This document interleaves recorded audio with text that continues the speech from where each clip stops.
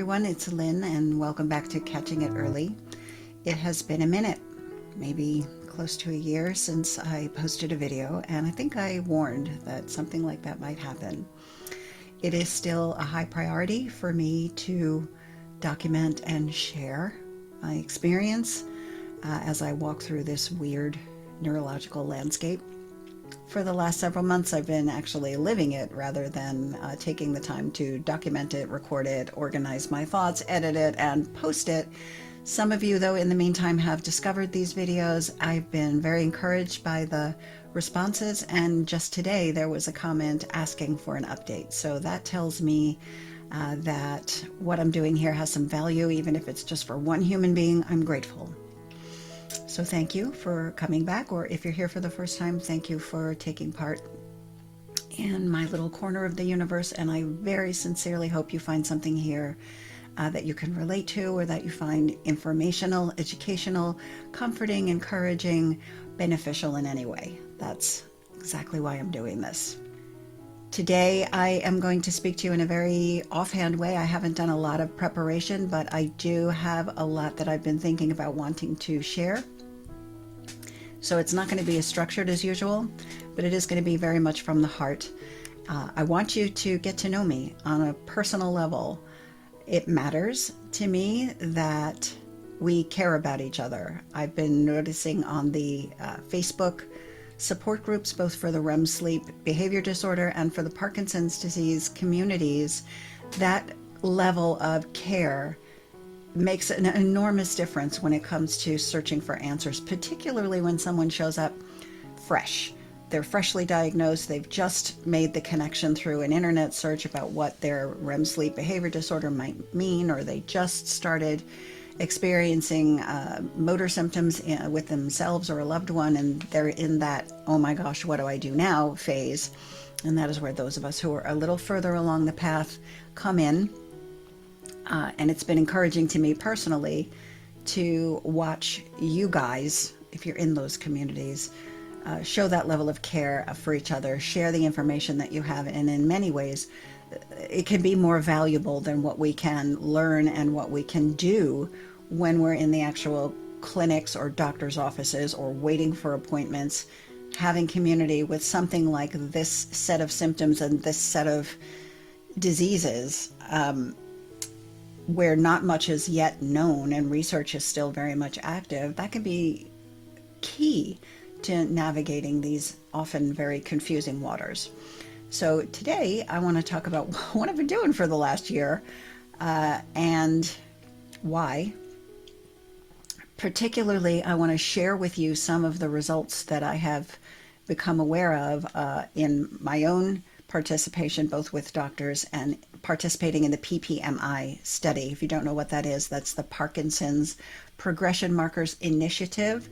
It's funded by the Michael J. Fox Foundation, and I've been in it for a year. I'm about to come up this summer. I'll be participating for the second time in the actual in-person clinic, but in between those annual visits to the actual research centers, there's an awful lot to do online. There are questionnaires and other things to fill out.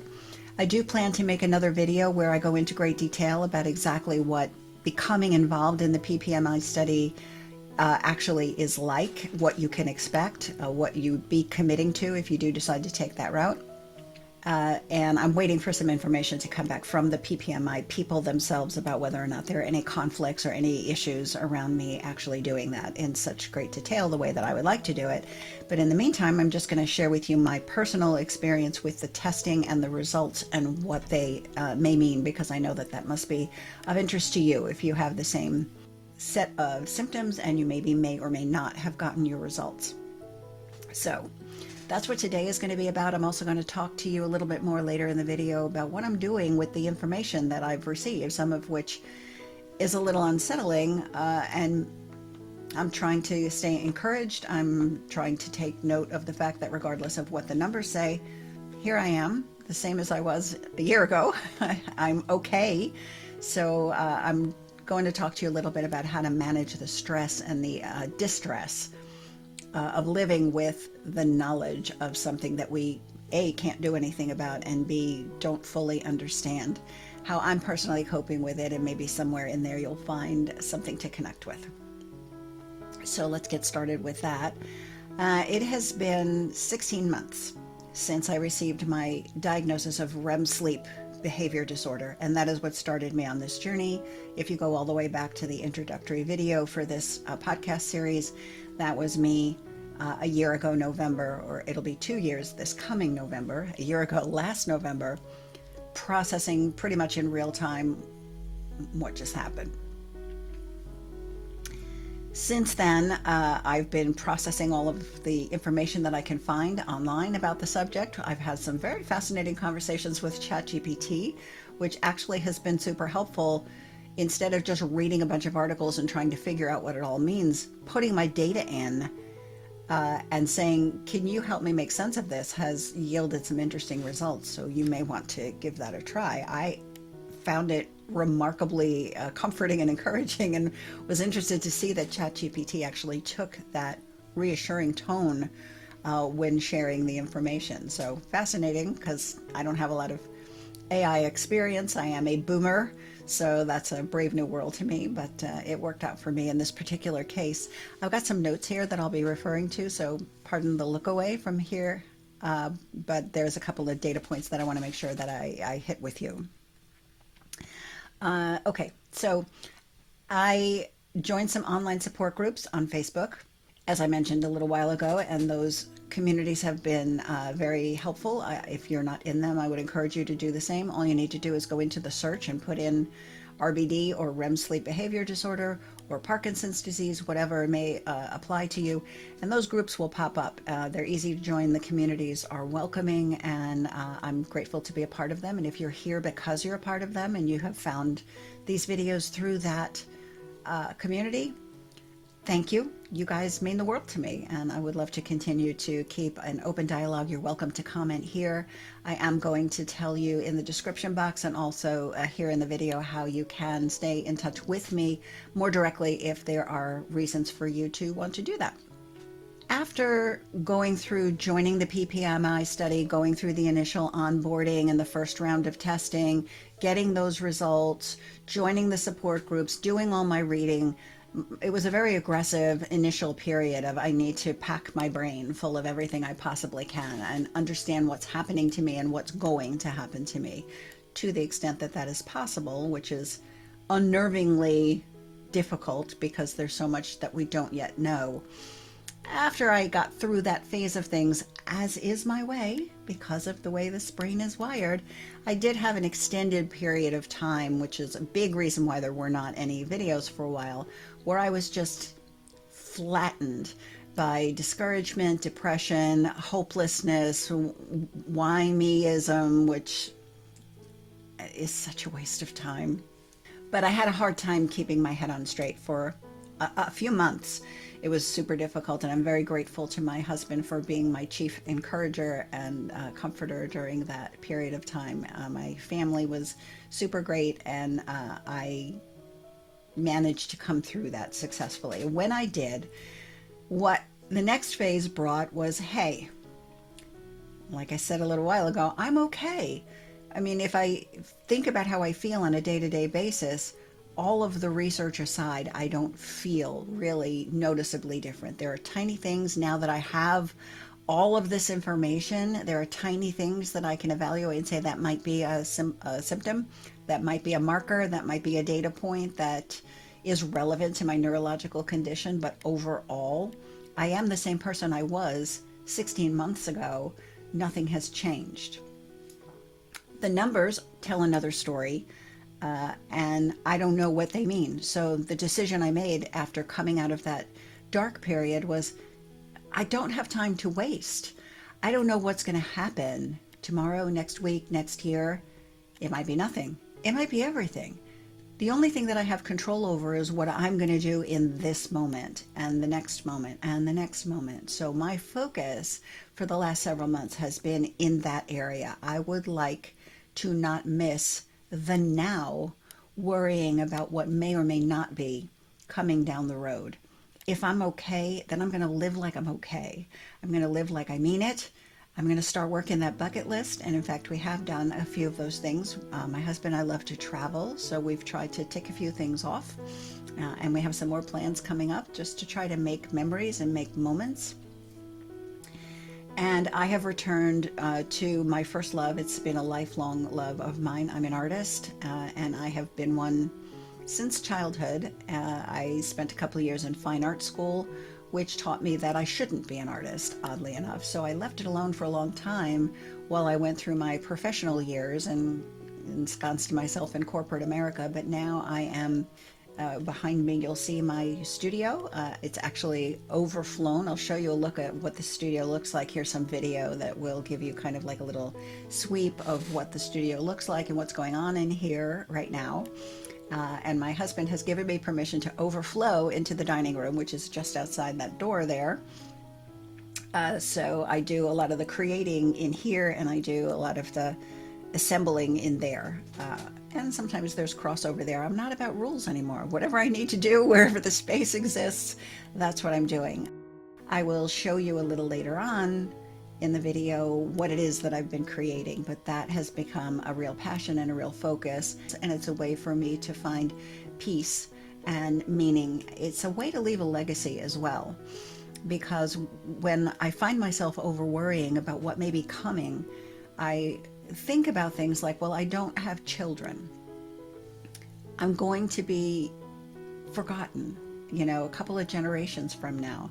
What do I have to show for this life? So participating in the study and making art that may well outlive me, it may not, but it may. Those are the things that actually fill that void that I think we all have, to feel like our life has meaning that will outlive us. So since I can't do that in babies, I'm doing that with a different kind of creating. But let's come back now to the PPMI study and to the test results and to what they may mean. I'm going to refer back to my notes here for a moment. I joined PPMI, I qualified for it because of the REM sleep behavior disorder, and also because of the results of the first test that they sent me, which was called an UPSIT test. That stands for the University of Pennsylvania Smell Identification Test. And it was a scratch and sniff, rather extensive test. And based on my score, in combination with the REM sleep behavior disorder, those two things qualified me to participate in the study. So if you're experiencing those two things as well, and you're not participating in the study, there will be a link in the description box on how to find that study and see if it's something you'd like to participate in as well. For me, it requires travel, not for everyone. I have some spinal compression in my lower spine that I thought might make it difficult for me to receive the lumbar punctures, which are a crucial part of participating in the study. Cerebral spinal fluid is liquid gold. That's the nickname that they have for it in this study. And while nobody wants to raise their hand for a spinal tap, I'm here to tell you it's not horrible. It's not fantastic. It's not horrible. So in order to participate in that, they wanted to attach me to a research center that did fluoroscope guided lumbar puncture, so they'd be able to watch and guide the needle.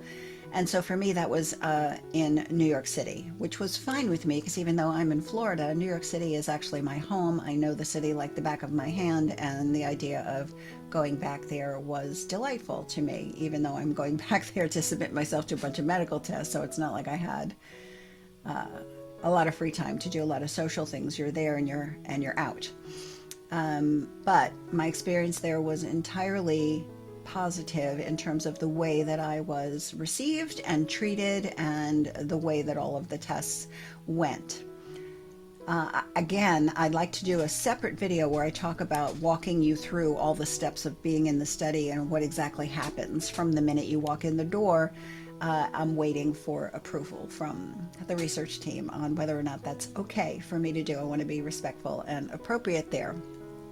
Some of the tests that I had done were, there was some MRI imaging, and there was blood work. They did the skin puncture test that when you have it done in your neurologist's office, it's called the SIN-1 test, where they're doing a small skin biopsy in order to determine whether or not there's the presence of these alpha-synuclein proteins, which are a very important marker that point very specifically toward Parkinson's disease or Lewy body dementia developing at some point in the future, or not, but it's associated with that as opposed to the other types of proteins that might cause other kinds of illnesses like Alzheimer's, etc. So they're specifically looking for the alpha-synuclein. For me, they did the skin puncture. They do not make those results available through PPMI. I think because the test is still new enough that they can't really offer an explanation or a meaning for what the result is, so they decline to share those results. However, they are also testing the cerebral spinal fluid that they extract during the lumbar puncture for that same alpha-synuclein protein, and that result they do make available. And for me, that test returned a result of abnormal, meaning they were able to locate that alpha-synuclein protein in my spinal fluid. They don't give any measurement, or I don't think it matters. It's just, is it present or is it not? So data point number one. Another test they did, well, they did the upset test, and in that test they shared the result, and they measure that by percentile. What percentile are you in for your age and your sex? And for me, I tested in the 10th percentile, and anything lower than the 15th percentile is considered to be a severe diminishment of the olfactory sense. Data point number two. That's not a good number. I was like, wow, I mean, I knew that there was a problem, but there are some things that I certainly can smell. Incidentally, right now, our lemon and lime trees in our backyard are in glorious full bloom, and my husband has been remarking when we're sitting outside our patio having our morning coffee how wonderful the air smells because of the lemon blossoms, and I cannot smell them. So he encouraged me to walk right up to the tree and stick my face right in that cluster of blossoms and do a big deep inhale, and I did that yesterday. Nothing. Sometimes, though, I do think that I smell things that are not there. Weird smells that I can't attach to anything. I couldn't even tell you. Sometimes it smells like something decaying. Sometimes it smells like a chemical smell. Sometimes it smells like something baking. Sometimes I can't even categorize it. So I lump those into a category that I call olfactory hallucinations. I don't know if my sensory apparatus is picking up something and that it just can't make sense of it, or if there's actually nothing there. I don't know. If you're having that experience, I'd love to hear from you in the comments about what that's like for you. However, if my husband is cooking with garlic, I know what's going on, and I will let him know how much I love him when he does that. So there is still some joy to be had there. So 10th percentile there. The other test, well, the REM sleep behavior disorder was confirmed with a sleep study just before I joined PPMI, so data point number 3. And then there's the DAT scan. So that is a nuclear imaging test where they inject you with a radioactive isotope. Then you go away for a few hours while it circulates through your body and gets into your brain. And then you come back and you have imaging done. And I'm going to show you some images of what a normal versus an abnormal DAT result looks like. And I had studied these images before going in for the test. I wanted to know what I was looking for. That test specifically measures the amount of dopamine that is present in a very specific part of the brain, the part of the brain that's associated with these diseases that we're talking about, Parkinson's and Lewy body dementia. And the absence of dopamine, or the reduction of dopamine in that part of the brain, is highly associated with what's going on with these diseases developing. But sometimes these diseases don't develop even though these conditions are present. Why? That's exactly what we're trying to figure out. For me, I showed you what the ideal normal and abnormal look like. Here are a few images from my personal DAT scan, the ones that showed most clearly that part of the brain that's in the first images I showed you, where it's pretty clear. It was clear to me. I saw the images before I was able to see the results. I said, oh, well, that's clearly an abnormal result. What I didn't know was how abnormal, and when I got my results, they scored me at a sobering 42.14% I guess that refers to the amount of dopamine present in that part of the brain for someone my age and sex. So it's considered significantly low. Data point number 4. So all of these biomarkers, when you put them all together, say, girl, you are at very high risk for developing one of these illnesses. And just with the REM sleep behavior disorder alone, the statistics are, if you have that diagnosis, somewhere in the next 5 to 15 years, pretty wide gap, I have an 85% chance of developing one of those two illnesses, Parkinson's disease or Lewy body dementia. That detail is the thing that kind of sent me on my downward spiral for a while.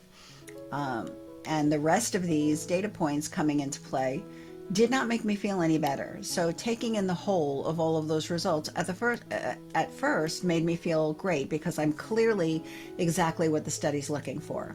So I'm grateful that I chose to be a part of that. Participating in that study is part of leaving a legacy for me.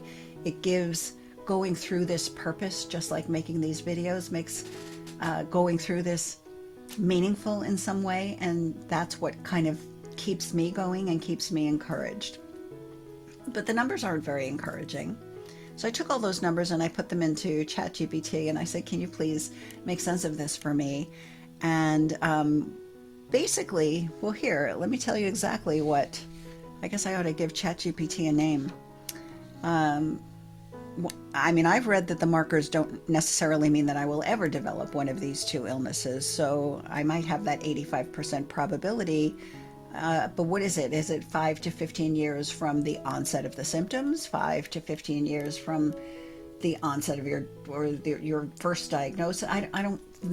That particular statistic is kind of confusing and meaningless to me. So a high probability makes sense.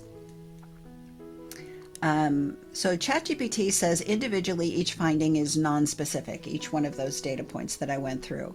The REM sleep behavior disorders is one of the strongest early indicators that often appears years before anything else. And I guess that was the case for me, although I think the diminished sense of smell might have predated it, or it might have been beginning by then, but they kind of showed up, I would say, roughly the same time. Loss of smell is a very common early change. The abnormal alpha-synuclein in the cerebral spinal fluid suggests underlying protein changes in the brain, so obvious. And the reduced DAT signal shows that the dopamine system involvement, ChatGPT says, has already begun. So the reduction of dopamine, I guess, marks the beginning of the disease. Even though I don't have any symptoms, any motor symptoms or any cognitive symptoms yet, something is already brewing that may or may not develop. It goes on to tell me that this combination is exactly what studies like PPMI are trying to identify, people very early in the disease process before motor symptoms appear. So because I don't have motor symptoms, I'm actually more concerned about the Lewy body dementia than I am about Parkinson's disease. I participate in both groups because if you ask me, because of my advanced medical degree, I believe that these are the same disease. They just manifest in two different ways. And the medical community has to separate them by, do you have motor symptoms or do you have cognitive symptoms first, just for whatever they're going to put in their literature. But essentially, we're talking about the same root cause and the same set of symptoms in a different order. So the future is unknown. My data points are my data points. I've shared them with you. I've violated my own HIPAA laws because I don't care. You know, I'm hoping sharing this information is going to be helpful to somebody else. And for you to know that if you have numbers that are similar to this, it doesn't necessarily mean anything for you. It might mean something for me. It's highly varied and highly individualized, but the one thing that I keep reading and that the AI confirmed for me today is that typically these things develop very slowly, particularly in the absence of motor symptoms, and that it's entirely possible that I can look forward to years, if not decades, of a very full and meaningful life. So that is the plan. for me at this point. So let's talk about art again for a moment. This is my studio. I work mainly in mixed media and in collage, and I think that this is not going to let me show this to you in very much focus, but here's an example of a collage. It's in an acetate case, but here, yeah, it pops out of focus. So that's a collage. It's a multi-layered mixed media thing that I've done. That's a little bit on the representational side. It's part of a series that I did. Here's something a little more abstract. Sorry if it's not in focus. I really am trying. There you go. A little more abstract. And one of the other things I started recently doing was creating what are called ACOEs. These are like trading cards in the art world, and they actually sell on eBay. They auction on eBay, and artists like to trade them, but now they are also considered to be a very affordable, very collectible way to engage with an artist, to have an original artwork that's very small. It's the size of a baseball card or a playing card. So here's a little bag with a series of 3 that I did. It's just a little abstract. It looks similar to some of the other work that I'm doing, and it has a little certificate of authenticity and signature on the back. There's an actual registration number there to track it. So I've been doing those. These have to be a very specific size, but there's also kind of a branch off of that that's called tiny art. So I've gone even smaller. These are just 2.5 inches by 2.5 inches. They're just little works of art in the same style as my larger pieces, but super affordable and super collectible. And then I can go even smaller, and this is a series of 4. There's one in here that represents each season, and again they all have these tiny little certificates of authentication and signatures. So if that is something that you're interested in, I have a Facebook page, an Instagram, and an Etsy shop. You're welcome to follow me there. This is not a money grab. If you want to buy some of these, lovely. It would help to offset the cost of keeping those listings up and active, and also in producing these videos. If you're not an art collector, hey man, you do you. What I would like you to do is to find your joy. I want to encourage you to find the things that are most meaningful to you. You have a lot of stress. And if there's one thing that I noticed by participating in the support groups, it's that I might have my own set of challenges and my own stressors and my own things that make me feel weighted down on any given day. But 10 minutes in one of those support groups, and I realize how much better I have it than many of you do. I am not injuring myself in my sleep. I do not have to sleep separately from my partner. I don't have to use physical restraints to keep from injuring myself or my husband in my sleep. I have some self-consciousness about sleeping away from home, like on a plane or in a hotel. But it's not at the point where, like, if I'm sleeping at somebody else's house, I say, hey, listen, if you happen to hear shouting screams of distress in the middle of the night, you can just safely ignore it. I'm fine. I'm dreaming. It's no more difficult than that for me. The same can't be said for many of you, and my heart is with you and for you in those struggles that you have. I have no motor symptoms whatsoever. I don't have to worry about too much pain. I'm old enough that I'm having some stiffness that's probably more because of arthritis than any kind of motor symptom. So I kind of, I can sort of relate on that level, but I'm not getting stuck in doorways. I'm not working with tremors. I haven't been able to, I haven't had to give up creating art. I don't have any visual disturbances. I don't have hallucinations. I don't have a partner that doesn't understand what's going on and can't support me because they find it too upsetting. None of those things are present in my life, and I'm super grateful. I have the freedom to make art sometimes all day. I'm a caregiver for my mother, so when those responsibilities give me the reprieve, I can spend entire days just making art. I recognize how fortunate I am for being able to do that. If you don't have that kind of freedom, and you're dealing with some of those things that I've just talked about, I would just encourage you to look for where the joy is and where the relief is and where the peace is. It's got to be somewhere. Your brain isn't producing enough dopamine.